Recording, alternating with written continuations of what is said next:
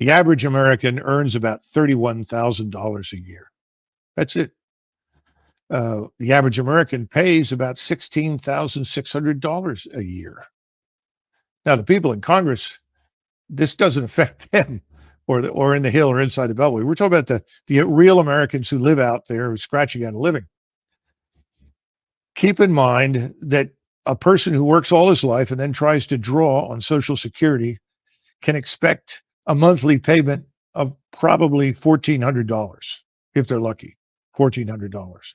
We hand every alleged asylum seeker, illegal migrant pouring into the border in Texas or wherever else, we hand them when they get there $2,200.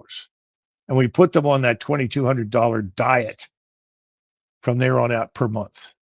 Yet somebody who works all his life, retires and draws Social Security gets $1,400. The Afghans who were hanging on to the planes in Kabul trying to come to the United States, when they arrived, they received $2,200 a month.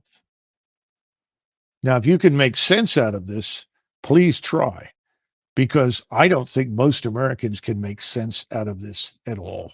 And that's one of the reasons people have said, not because they know anything about Ukraine. Most Americans don't. If they knew anything about the history of Eastern Europe, they would all say, get out.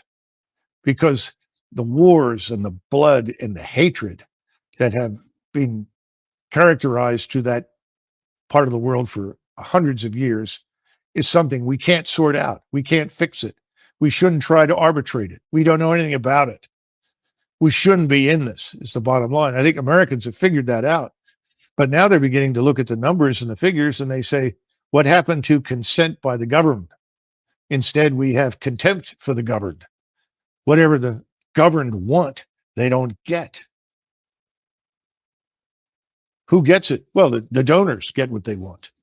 You know, somebody was joking the other day and said, you know, Doug, if the donors were cannibals, they'd feed the American people to them.